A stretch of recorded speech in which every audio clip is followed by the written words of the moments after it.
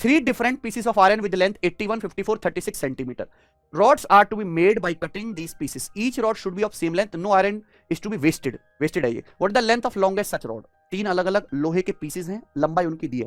अब इनको काट के हमें रॉड बनानी है समान लंबाई की. हर रॉड समान लंबाई को नीचे, कोई भी आयरन वेस्ट नहीं करना है. तो आपसे पूछा सबसे लंबी रॉड की लंबाई क्या होगी. सबसे लंबी रॉड ऐसी होगी जो इन तीनों से बन जाए और कुछ भी वेस्ट ना हो, बड़ी से बड़ी, यानी कि इनका HCF. इनका HCF क्या आ जाएगा प्यारे बच्चों, बताओ. 9 आ जाएगा. 9 नाम 81, 9 छिक्का 54, 9 चौक 36, 9 सेंटीमीटर की. खत्म. ये बताइए 18,750 रुपए 25,230 अमाउंट हो जाते हैं 2 साल में certain rate of interest per annum पर, जो एनुअली कंपाउंड हो रहा है.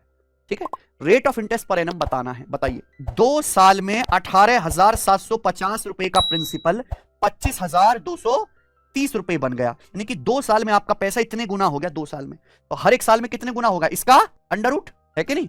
हर एक साल में आपका पैसा इतने गुना हो रहा है. ठीक है बच्चों, अब इसको सॉल्व भी तो करना है. 0 3 से काट लें भाई 625, और 3 से काटेंगे 3 अट्ठे 24, 3 चौक 12, 841. 625 का रूट 25 और 841 का रूट सबको पता है 29. यानी कि हर एक साल में आपका पैसा 29/25 गुना होगा, है कि नहीं प्यारे बच्चों. यानी कि कितना बढ़ेगा, 25 पे हर साल 4 बढ़ जाएगा. 1/25 4%, 4/25 16% पर एनम ब्याज की दर है. डी ऑप्शन आंसर है. आइए, in triangle DEF side length DE 75 है, EF 100 है, DF 125 है. M be the mid point of side DF. Side DF का मिड पॉइंट है M. तो आपसे पूछा है EM की लंबाई बताओ. EM की लंबाई, बढ़िया सवाल है. एक ट्राइंगल की तीनों साइड दी है 75, 100, 125. ये 25 से कट रहा है ना. 25 दिया 75, 25 चौका 100, 25 पंजे 125 से तो 3 4 5 का ट्रिपलेट है. 25 गुना कर रखा है. यानी कि कैसा है ये, एक राइट एंगल ट्राइंगल है. तो आपको समझ जाना चाहिए समकोण त्रिभुज है. यहाँ 3 4 5 ट्रिपलेट लग रहा है, बस हर साइड को 25 से गुणा कर दिए.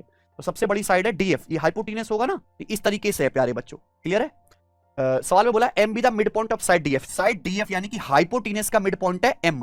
और आपसे क्या पूछा है, लेंथ ऑफ EM. EM की लंबाई आपसे पूछी है, और हाइपोटेनस यहाँ पे DF है 125 सेंटीमीटर. बताइए, कॉन्सेप्ट नहीं पता.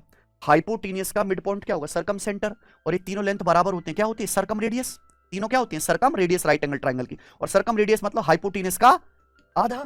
125 का आधा, यानी कि पूरा कॉन्सेप्ट पढ़ा दिया आपको. बताइए, which statement is always true. कौन सा हमेशा ट्रू है.